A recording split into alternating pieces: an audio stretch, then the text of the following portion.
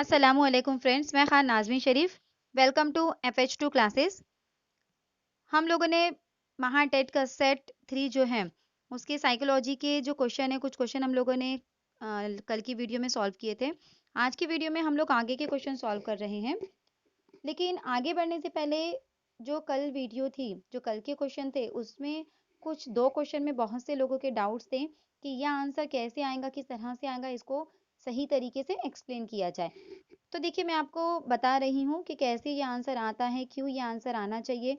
तो देखिए, कौन-कौन से क्वेश्चन के अंदर यहाँ पर प्रॉब्लम थी, आप देख सकते हैं।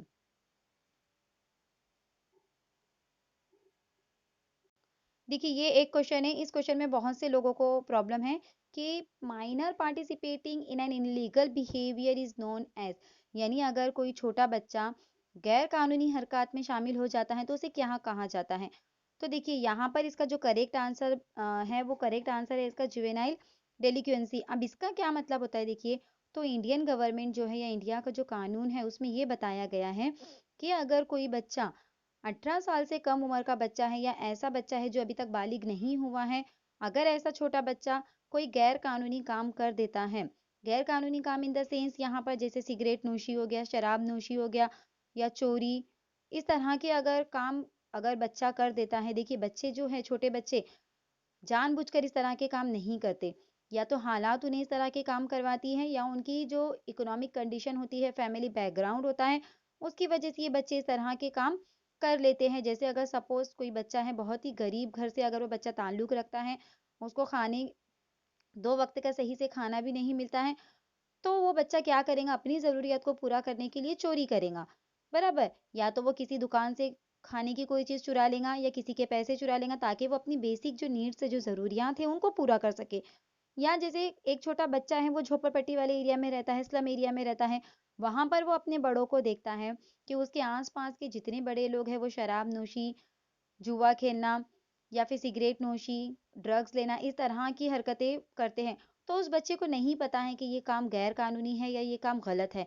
वो बच्चा अपने बड़ों को देखकर उसी तरह की हरकतें या उसी तरह के जो गैर कानूनी काम है वो करने लगता है।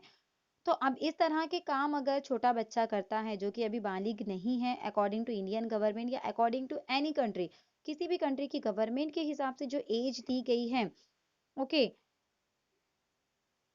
तो अगर वो बच्चा उस एज में नहीं है, वो बच्चा बालिग अभी तक नहीं हुआ है, वो छोटा बच्चा है, वो एडल्ट नहीं हुआ है, तो ऐसा बच्चा अगर कोई गैर कानूनी काम करता है तो उसे जुर्म नहीं कहा जाएगा, बराबर? उसे क्या कहा जाएगा? तिफलाना गफलत कही जाएगी, उसे जुवेनाइल डेलिक्वेंसी कहा जाता है। लेकिन अगर यही काम 18 साल की उम्र से ज्यादा के बच्चे हैं या फिर ऐसे बच्चे हैं जो जहाँ की कंट्री की गवर्नमेंट के हिसाब से वो बच्चा अगर बालिग हो चुका है, और अगर बालिग बच्चा अगर ये काम करता है, बच्चा तो नहीं कहा जाएगा, अगर कोई बालिग इंसान ये काम करता है, तब उसे हम क्राइम कह सकते हैं। तब हम उसे क्या कह सकते हैं? क्राइम कह सकते हैं, तब वो जुर्म होगा। लेकिन अगर छोटा बच्चा ऐसे काम करता है तो उसे जुर्म नहीं कहा जाता, उसे गफलत कही जाती है। जुवेनाइल डेलिकेंसी इस तरह की कंसेप्ट दी गई है।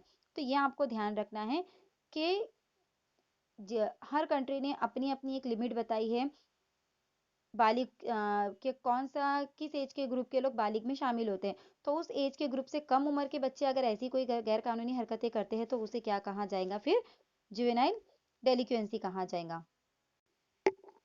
अब देखिए, यहाँ पर आप देख सकते हैं, उसको मैं डिफाइन कर रही हूँ यहाँ पर कि juvenile delinquency refers to the anti social और criminal activity of the child. देखिए, कौन सी एक्टिविटी, कौन सी क्रिमिनल एक्टिविटी है? एंटी सोशल एक्टिविटी, गैर सामाजिक हरकत जो कि चाइल्ड करता है। यहाँ पर एज दी गई है below 16 years of age for boys, यानी बॉयज के लिए क्या एज बताई गई है यहाँ पर? 16 साल से कम उम्र के लड़के अगर कोई ऐसी हरकतें करते हैं, एंड 18 ईयर्स फॉर गर्ल्स, और 18 साल से कम उम्र की लड़कियां ऐसी अगर हरकतें करती हैं विच वायलेट्स द लॉ, यानी जिसकी वजह से कानून, मतलब वो कानून के खिलाफ है, अगर in true context that some activity would have been a crime if it was committed by the adult, यानी अगर सही सेंस में देखा जाए, अगर ऐसे काम एडल्ट्स करते हैं, बालिग लोग करते हैं अगर, तो वो क्या है? क्राइम है।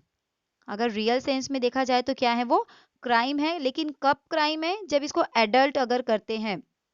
जैसे यहाँ पर बताया गया आपको कि अगर एडल्ट उसको करते हैं तो वो क्या माना जाएगा? क्राइम माना जाएगा। लेकिन वही हरकतें, वही एंटी सोशल या क्रिमिनल एक्टिविटी अगर 16 साल से कम उम्र के लड़के और 18 साल से कम उम्र की लड़कियां अगर करती हैं तो उसे जुर्म या उसे क्राइम नहीं कहा जाएगा, उसे डेलिक्वेंसी कहा जाएगा। जुवेनाइल डेलिक्वेंसी यानी तिफलाना गफलत उसे कहा जाएगा। तो आई होप आपकी ये कंसेप्ट क्लियर हो गई होंगी। अब एक और सवाल में परेशानी थी, वो भी हम लोग यहाँ पर सॉल्व कर लेते हैं। देखिए ये एक सवाल है कि sorry, Which one of the following psychological construct is determined through heredity? देखिए अब यहाँ पर heredity and environment, nature and nurture, यहाँ पर दो कंसेप्ट है, heredity and environment। तो कौन कौन सी चीजों पर हेरिडिटी ज्यादा असर करती है, किन किन बातों पर इन्वायरमेंट ज्यादा असर करता है, या कहाँ पर दोनों का इन्फ्लुएंस होता है, दोनों का इंटरेक्शन होता है, ये चीजें हमको अगर मालूम है, अगर हमारी ये चीजें क्लियर है, तब हम इस आंसर को सही तरीके से सॉल्व कर पाएंगे, इस क्वेश्चन को सही तरीके से सॉल्व कर पाएंगे। अब यहाँ पर क्या कहा गया है, which one of the following psychological construct is determined through heredity only कहा गया है। यहाँ पर हेरिडिटी एंड इन्वायरमेंट का जिक्र नहीं किया गया है। यानी मंदजैल नफ्सियाती तामीर में से कौन सा मौरोसी है, यानी सिर्फ जीन्स की वजह से, सिर्फ जेनेटिक के जरिए कौन सा ट्रांसफर होता है अपनी ऑफ स्प्रिंग में या अगली नस्ल में। तो देखिए यहाँ पर अगर आप इंटेलिजेंस को देखते हैं तो ठीक है, इंटेलिजेंस पेरेंट्स अगर इंटेलिजेंट है तो उनके बच्चे भी इंटेलिजेंट होते हैं, ये सही बात है। लेकिन अगर उन्हीं इंटेलिजेंट बच्चों को सही तरीके से हम इन्वायरमेंट नहीं देंगे, कल भी मैंने आपको कल की वीडियो में भी इसको समझा चुकी हूँ कि अगर सही तरीके से बच्चों को इन्वायरमेंट नहीं मिलेगा, अगर उनकी जो इंटेलिजेंस है उसका सही तरीके से उसको डेवलप नहीं किया जाएगा, उसका सही तरीके से यूज नहीं किया जाएगा, तो इस पर मनफी असर, निगेटिव इम्पैक्ट हो सकता है। यानी ये जो इंटेलिजेंस है इसमें तब्दीली हो सकती है। अगर इंटेलिजेंट माँ बाप के बच्चे इंटेलिजेंट भी पैदा होते हैं लेकिन उनको सही तरीके से इन्वायरमेंट नहीं दिया गया, तो यहाँ पर हमको मनफी असरात देखने को मिल सकते हैं। यानी जो इंटेलिजेंस है इसके ऊपर हेरिडिटी के साथ साथ इन्वायरमेंट का भी बहुत बड़ा असर होता है। इन्वायरमेंट भी बहुत यहाँ पर असरअंदाज होता है। जैसे अगर दो बच्चे हैं, दोनों एक ही पेरेंट के हैं, दोनों सेम इंटेलिजेंस रखते हैं, यानी दोनों भी माशाल्लाह होशियार है, लेकिन अगर एक बच्चे को हम अच्छे से उसको गाइडेंस करेंगे, एक बच्चे को हम अच्छी स्कूल में डालेंगे, उसको अच्छी तालीम देंगे, और सेम उस दूसरे बच्चे को अगर हम किसी विलेज एरिया में या किसी ऐसे एरिया में रख देंगे जहाँ पर कोई भी फैसिलिटी, कोई भी सही तरीके से उसको गाइडेंस नहीं दिया जा रहा है, तो कुछ दिनों के बाद जब आप देखेंगे तो दोनों के इंटेलिजेंस के अंदर, दोनों के जो बुद्धिमत्ता है, जो उनकी ज़हानत है, उसके अंदर आपको फ़र्क दिखाई देगा। यानी जो इंटेलिजेंस है ये कंटिन्यू नहीं रहती है। जिस तरह से अपनी ऑफ स्प्रिंग को पेरेंट्स से इंटेलिजेंस हासिल होती है, वो उसी तरह से कंटिन्यू नहीं होती है।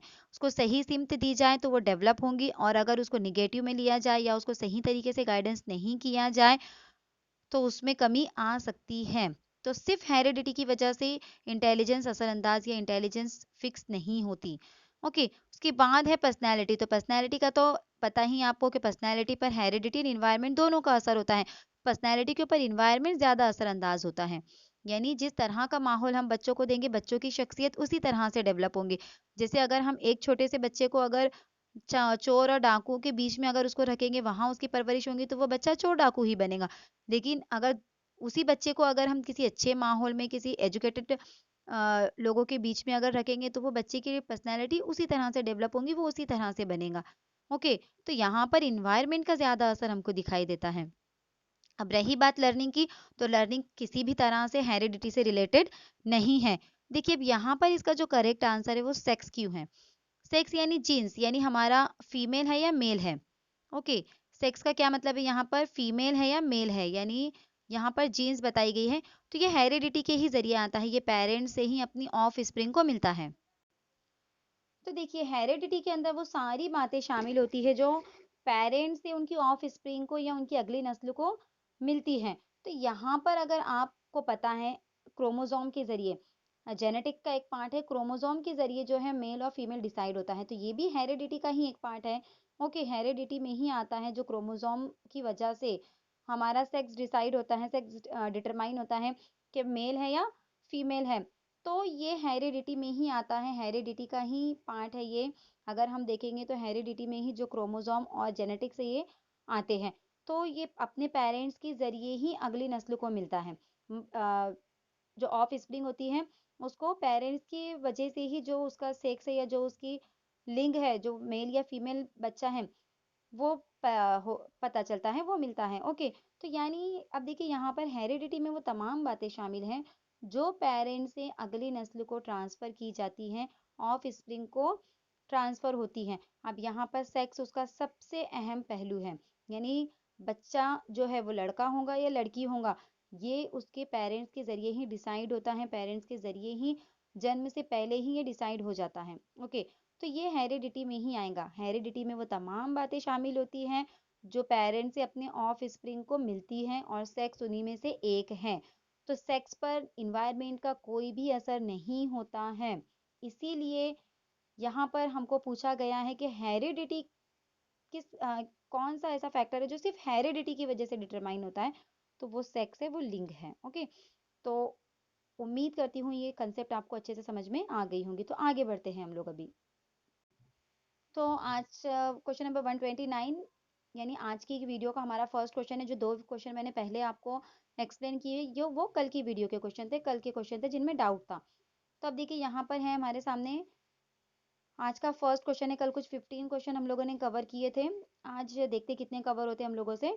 तो ये फर्स्ट क्वेश्चन है, emotions are influencing human behaviour by its, यानी जो जज्बात हैं तो किसके जरिए असरअंदाज होते हैं?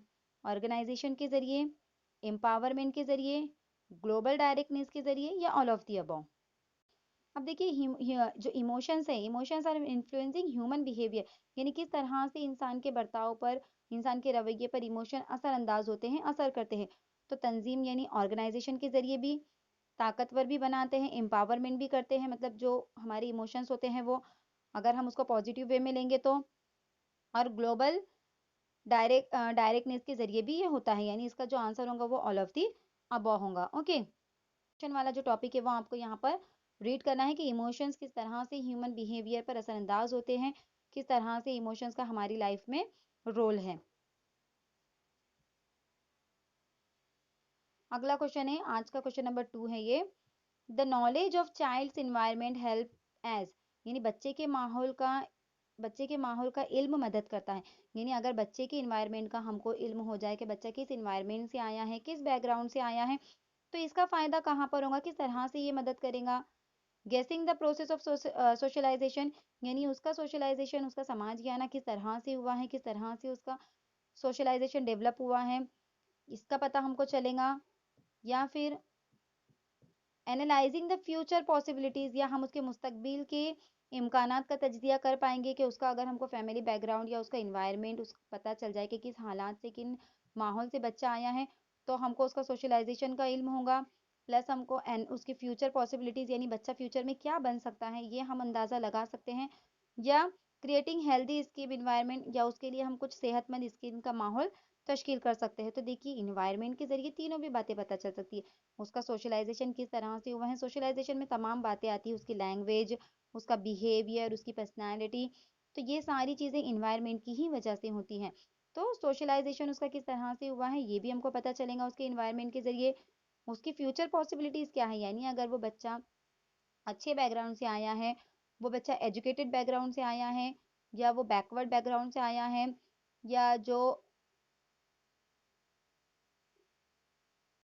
या वो डिसएडवांटेज ग्रुप से आया है, किस ग्रुप से आया है, उसके हिसाब से हम अंदाज़ा लगा सकते हैं कि ये बच्चा फ्यूचर में क्या बन सकता है, या फ्यूचर उसकी पॉसिबिलिटीज़ क्या हैं, और किस तरह से उसको एक हेल्दी इन्वायरमेंट मिला है या नहीं मिला है, या उसको हेल्दी इन्वायरमेंट देना चाहिए। ये भी सारी बातें हमको उसके बैकग्राउंड से, उसके इन्वायरमेंट से, अगर उसका इन्वायरमेंटल कंडीशन मालूम होगी तो पता लग सकता है। तो ऑल ऑफ दी अबव जो होगा इसका सही आंसर होगा। अब देखिए नेक्स्ट क्वेश्चन है, which term closely describe greatly exaggerated sense of self importance in very young children, यानी बहुत कम उम्र बच्चे में खुद की अहमियत को बहुत ज्यादा मुबालिगा आराई से बयान करने की इस्तेलाह को क्या कहा जाता है? यानी अगर कोई छोटा बच्चा है जो अपना अपना फेवरेट है, हम इसे कहेंगे कि वो खुद का फेवरेट है, वो अपने खुद की अहमियत बहुत ज्यादा रखता है, अपनी अहमियत को बहुत ज्यादा मुबालिगा आराई बढ़ा चढ़ा कर वो बताता है, तो ये जो टर्म है इसको क्या कहा जाएगा? तो इसे क्या कहा जाएगा? इनफंटाइल ईगो कहा जाएगा, इनफंटाइल सेल्फ एस्टीम कहा जाएगा, इनफंटाइल नेचर कहा जाएगा, या सेल्फ कॉन्शियसनेस कहा जाएगा। तो सेल्फ कॉन्शियसनेस क्या होता है? खुद आगाही कब होती है? जब बच्चे को अपनी खुद की कैपेसिटी पता है कि मैं क्या कर सकता हूँ या मैंने क्या किया है। तो इसे कहेंगे खुद आगाही, यानी खुद के कामों से आगाह होना। ओके। तिफलाना फितरत यानी वही हो जाएगा कि उसको अपने नेचर, अपना फितरत पता है कि मेरी फितरत कैसी है, तो ये भी नहीं होगा यहाँ पर। सेल्फ स्टीम, खुद पसंदी, यानी ये हो सकता है सेल्फ स्टीम कि वो खुद पसंदी, मतलब खुद पसंदी है या वो अपने आप को ज्यादा इंपॉर्टेंट देता है। लेकिन यहाँ पर अगर हम देखें तो अना ज्यादा होगा, यहाँ पर इनफेंटाइल ईगो ज्यादा होगा, क्योंकि वो बढ़ा चढ़ाकर बयान कर रहा है अपनी अहमियत को, बढ़ा चढ़ाकर, यानी सबके ऊपर वो सबसे ज्यादा खुद को इंपॉर्टेंट दे रहा है। खुद पसंदी यानी ठीक है, वो अपने आप का फेवरेट है, अपने आप को पसंद करता है, उसको अपनी हर बात अच्छी लगती है। लेकिन यहाँ पर क्या है, मुबालिगा आराई का जिक्र किया गया है, यानी बाकी सबको कमतर समझकर वो सिर्फ अपने आप को बढ़ावा दे रहा है। तो यहाँ पर इसको हम ईगो कहेंगे, तिफलाना अना कहेंगे। Eid ego and super ego, इस तरह की जो कंसेप्ट है ये आपको अच्छे से पढ़नी है। इनके फर्क को आपको समझना है कि ईद क्या है, ईगो क्या है और सुपर ईगो क्या है। ओके।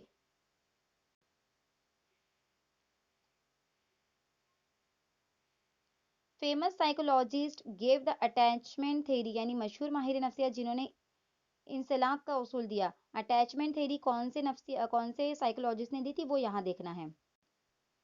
तो देखिए इसका जो करेक्ट आंसर है वो है बोव्बे, इस तरह का उन्होंने दी थी अटैचमेंट थ्योरी। अब देखिए यहाँ पर है mood change, weight change, behavioural changes can be common ages of, यानी ये जो मूड चेंजेस होता है या वेट चेंज होता है, बिहेवियर चेंजेस होता है, तो किस एज की ये जो है ये अलामत है, किस एज में होता है ये चीजें। ओके।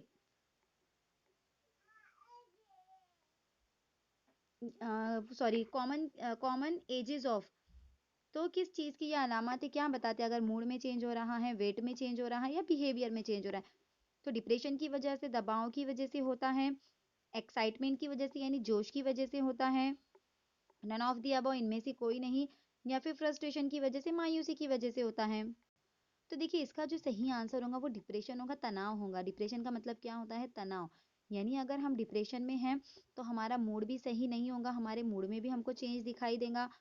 तनाव की वजह से ना भूख लगेगी, ना सही तरीके से हमको खाना जाएगा, तो वेट में भी चेंज होगा। और बिहेवियरल चेंजेस तो अपने आप हमको दिखाई ही देंगे कि तनाव या डिप्रेशन की वजह से हमारे बिहेवियर में भी चेंजेस आते हैं। ओके। तो यहाँ पर इसका जो सही जवाब होगा वो डिप्रेशन होगा।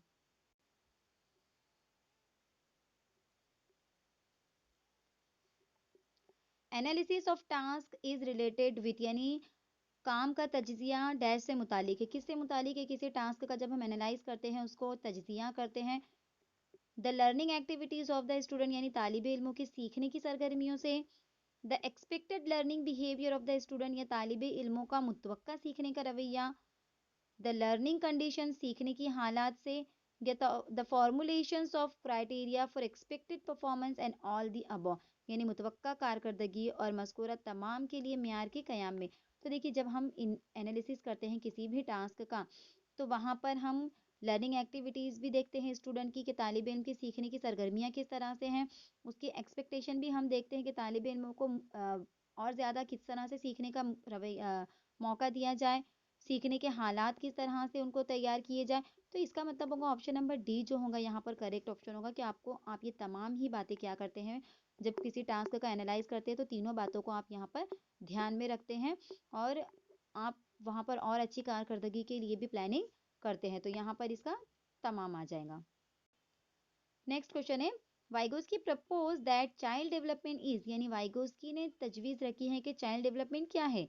अ प्रोडक्ट ऑफ सोशल इंटरेक्शन है, a product of social formal education है, अ प्रोडक्ट ऑफ एसिमिलेशन है, या प्रोडक्ट ऑफ जेनेटिक स्ट्रक्चर है। तो वाइगोस्की ने कौन सी थ्योरी बताई थी कि बच्चों की डेवलपमेंट क्या है, क्या बताया था उन्होंने? तो वाइगोस्की के मुताबिक जो है कि बच्चे की जो डेवलपमेंट, या प्रपोज दैट चाइल्ड डेवलपमेंट इस, देखिए उन्होंने जो थ्योरी दी थी सोशियो कल्चरल थ्योरी, वो एक अलग बात है कि बच्चे का डेवलपमेंट किस तरह से होता है वो उससे रिलेटेड थ्योरी थी।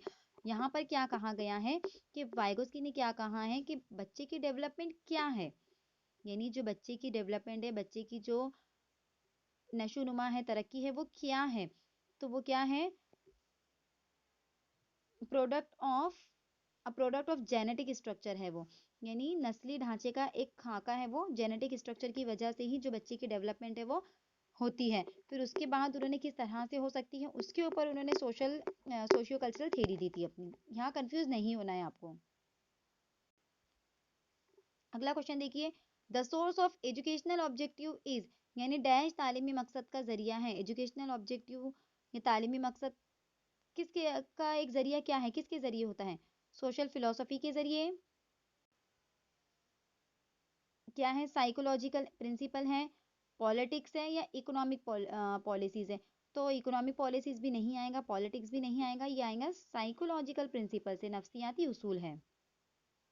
The source of educational objective psychological आएगा। ओके, नेक्स्ट क्वेश्चन है, the ability to acquire and apply knowledge and skill is known as, यानी ऐसी एबिलिटी या ऐसी एबिलिटी किसी नॉलेज को एक्वायर करना यानी अख्ज करना और उस स्किल को जानना, क्या है? इंटेलिजेंस है, एप्टीट्यूड है, स्किल है, या ऑब्जर्वेशन है? तो देखिए एक्वायर किसके जरिए होता है? इंटेलिजेंस के जरिए होता है। तो किसी भी एबिलिटी को एक्वायर करना और उस नॉलेज को अप्लाई करना, ये कहाँ कौन से इसमें आएगा? ये इंटेलिजेंस के अंदर आएगा, बराबर। ये हमारे इंटेलिजेंस का एक पार्ट है कि किसी भी एबिलिटी को हम एक्वायर करते हैं और उस जो अख्ज़ शुदा मालूमात है, जो नॉलेज है, जो स्किल है, उसको हम अप्लाई करते हैं। नेक्स्ट क्वेश्चन है, which one of the following depicts the correct sequence of the constitute of motivational cycle? जो मोटिवेशनल साइकिल बताई गई थी, देखिए NDA गार से आपको याद रखना है। कुछ इस तरह से उसमें स्टेप थी, जैसे नीड, ड्राइव, अराउजल, फिर गोल, इस तरह से गोल डायरेक्टेड बिहेवियर, और कुछ इस तरह से थी ये स्टेप्स यहाँ पर बताई गई थी। तो यहाँ पर क्या है, आपको NDA गार इस तरह से उसकी स्टेप्स को आपको याद रखना है। तो यहाँ पर पूरी स्टेप नहीं दी गई है, आपको कुछ स्टेप बताई गई कि कौन सी सही सीक्वेंस है। तो देखिए इसकी जो सही सीक्वेंस है वो क्या है? नीड, यानी कोई भी चीज़ हम कब सीखेंगे, मोटिवेशन कब मिलेगा? जब हमको उसकी ज़रूरत होगी। तो पहले हमको उसकी ज़रूरत चाहिए, ज़रूरत होगी तब हम सीखेंगे। उसके बाद हमको तरगीब मिलनी चाहिए। ड्राइव यानी कि तरगीब, यानी उस काम को करने के लिए हमको तरगीब अगर मिलेंगी तो ही वो काम हम करेंगे। और अगर वो ज़रूरत भी हमारी ठीक है, हमको तरगीब भी मिली, लेकिन काम करने के बाद अगर हमको कोई रिवॉर्ड नहीं मिला, कोई इंसेंटिव नहीं मिला, उसके बदले में कोई अच्छी चीज़ नहीं हासिल हुई, तो दोबारा उस काम को हम करना चाहेंगे क्या? नहीं। तो यहाँ पर इंसेंटिव भी ज़रूरी है, रिवॉर्ड्स भी ज़रूरी हैं। तो क्या आ जाएगा इसका? नीड, ड्राइव और इंसेंटिव, यानी ऑप्शन नंबर डी सही सीक्वेंस है कि पहले किसी भी काम को करने के लिए ज़रूरत होना चाहिए, उसकी नीड होना चाहिए, फिर ड्राइव यानी उसकी तरगीब मिलनी चाहिए, और उसके बाद हमको उसकी इनाम या उसका इंसेंटिव भी मिलना चाहिए, तब जाके हम किसी भी काम को करने के लिए मोटिवेट होते हैं। तो ये इसकी सही सीक्वेंस होंगी, नीड, ड्राइव एंड इंसेंटिव। तो इस तरह से आज ये क्वेश्चन फिनिश होते हैं। सेट 3 के थे ये। सेट 3 के जितने भी साइकोलॉजी के क्वेश्चन आए थे हम लोगों ने आज कवर किए। कितने क्वेश्चन थे हम लोग एक बार देख लेते हैं।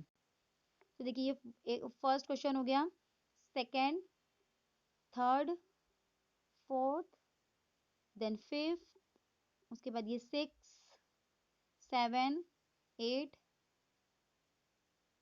देन यहाँ पर 9, उसके बाद 10, 11, 12, 13, 14, 15, 16, 17, 18, 19, 20, 21, 22, 23, 24,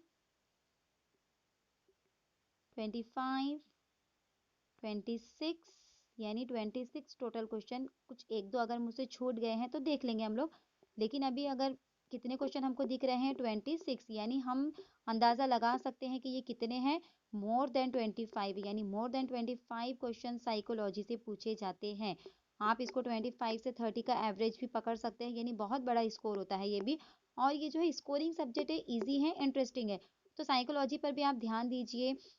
ठीक है, ज़हानत जो आप जो इंटेलिजेंस जो रीजनिंग के आप कर रहे हैं प्रैक्टिस, वो भी आप करिए, वो 80 मार्क्स का है। मैथ्स आपके लिए 30 मार्क्स का है, लेकिन यहाँ पर बहुत बड़ा वेटेज इसको भी दिया गया है। 30 मार्क्स कम नहीं होते हैं जो कि थ्योरी के हैं, यानी अगर आपको ये थ्योरी पक्की है, अगर आपका साइकोलॉजी अच्छा है, CDP आपको अच्छे से आता है, तो जो 30 क्वेश्चन है या 25 से 30 के बीच में जो क्वेश्चन है, ये बहुत ही आसानी से बहुत ही कम वक़्त में आप सॉल्व कर सकते हैं, क्योंकि यहाँ पर ना तो आपको रीज़निंग की तरह कोई लॉजिक लगाना है, ना मैथ्स की तरह आपको यहाँ पर सॉल्व करना है।